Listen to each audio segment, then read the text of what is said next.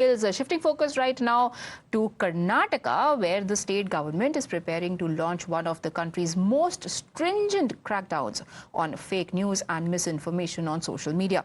Under the Karnataka Misinformation and Fake News Bill 2025, the government proposes to ban the promotion and spread of fake news on social media. If found guilty of sharing unverified information, social media users could face up to 7 years in prison, a fine of 10 lakh rupees, or both. The bill also proposes 2 to 5 years jail and fines for misinformation spread through social media or publications.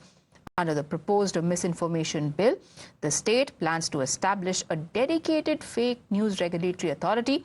The authority will oversee the implementation of the law and will be chaired by Minister for Kannada and Culture. Its composition includes MLAs, senior government officials, and representatives from social media platforms, making it a multi-stakeholder body. The authority is going to have the power to enforce a complete ban on fake news and block content that is considered abusive, obscene, anti-feminist, or disrespectful to Sanatan beliefs and symbols. Additionally, it aims to curb superstition and ensure content related to science, history, religion, and philosophy is based on authentic research. Not just this, social media platforms are also being under scrutiny. Under the proposed law, platforms can be held liable for fake news circulating on their networks. If such a content is linked to a company, responsible officers also may face prosecution unless they can prove due diligence or lack of knowledge. The law also comes down hard on non-compliance with court orders, including takedown directives. Violators could face fines of 25,000 rupees per day, going up to 25 lakh, even 2-year jail term. Imran is now joining us for more on this. Imran, fake news has been a sore point when it comes especially to political spheres. What's the trigger for this law, and is there a controversy around it?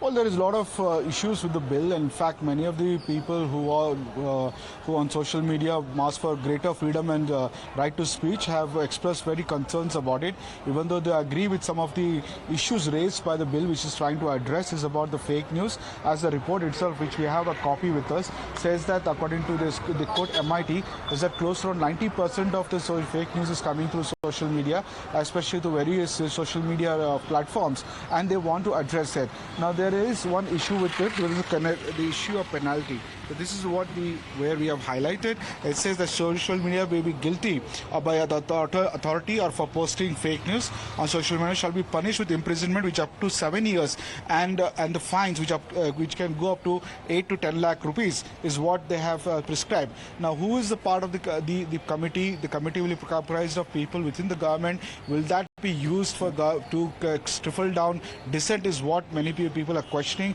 How would you consider as a fake news? There are some norms rules they have given, but overall they feel that this government control over it will stifle dissent and it would lead to misuse of powers by the authorities. That is what the concern is raised about, and especially the terms of punishment and the fine imposed. All right, stay on with me, Imran, because here is the reaction coming in from the BJP. They have slammed Siddaramaiah Sarkara over the new bill, saying that even Siddaramaiah should be held accountable as he and his cabinet tend to spread most fake news. The INDIA Bloc has also, however, backed Karnataka government's draft. If the hate speech issue is tabled, all the including Chief Minister of Congress Party, all will go behind bars. Because they are the hate speakers, they are the corrupt people, and they are the spreaders of the wrong information. Even anybody tell the truth also, they may not tolerate.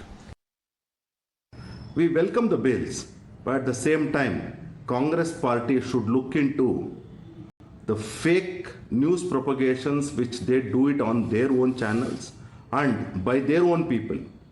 We request Siddaramaiah first to look into their own plate, wherein their ministers are making, his own ministers, including him, are making this kind of a fake propagations and hate speeches. We request them to make such actions to be taken on those people who are there within his own cabinet. Only then this bill will be considered genuine. देखिए, Samajwadi party समझती कि जिम्मेदारी वो हर व्यक्ति की तय होनी चाहिए, चाहे वो मीडिया हो या सोशल मीडिया पे भी। जिस तरह से अफवाह फैलती है, फेक न्यूज़ चलती हैं, फेक वीडियो चलते हैं, वो एडिटिंग करके वीडियो चलते हैं, उन पे किसी का एक कानून की आवश्यकता ज़रूर है, लगाम लगाने की आवश्यकता ज़रूर है। और अगर कोई राज्य सरकार उस पर काम कर रही है तो समाजवादी पार्टी समझती कि वो बेहतर है, क्योंकि जिम्मेदारी वो तय होनी चाहिए। How do you define misinformation? Because after the growth of social media in India, artificial intelligence, there are difficulties to understand fake news, real news. So there are many questions, many questions. I think this issue needs to be further discussed. It will be very interesting to see how this bill is going to be implemented, given Congress's own stance in the past, as well as several instances where it has cited fact-free instances to corroborate its argument, which was later proved to be wrong by BJP. We'll keep tracking those developments, taking a quick break right now.